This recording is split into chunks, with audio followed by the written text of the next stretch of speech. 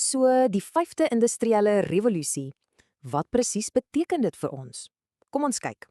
Die groot vraag wat almal vra is, gaan tegnologie ons werk oorneem? Wel, die vrees is dat tegnologie en outomatisering mense uit hulle poste gaan druk. Maar oké, om te sien waarheen ons gaan, moet ons eers kyk waar ons vandaan kom. En toe, in die 21ste eeu, kry ons slim tegnologie en 'n hele nuwe manier van saamwerk.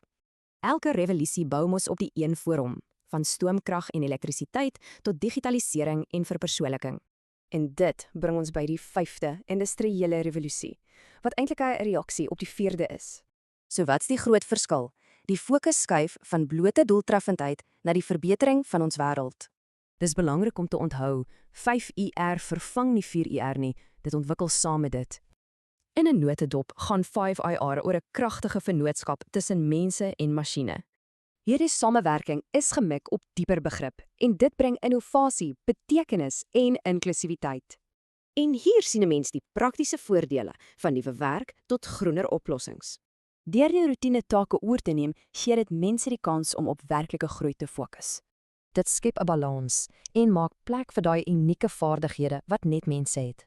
Die einddoel, dat besighede en die mensdom saam kan floreer in hierdie nuwe era. Maar die dieper samewerking dwing ons om diep etiese vrae oor tegnologie se rol te vra.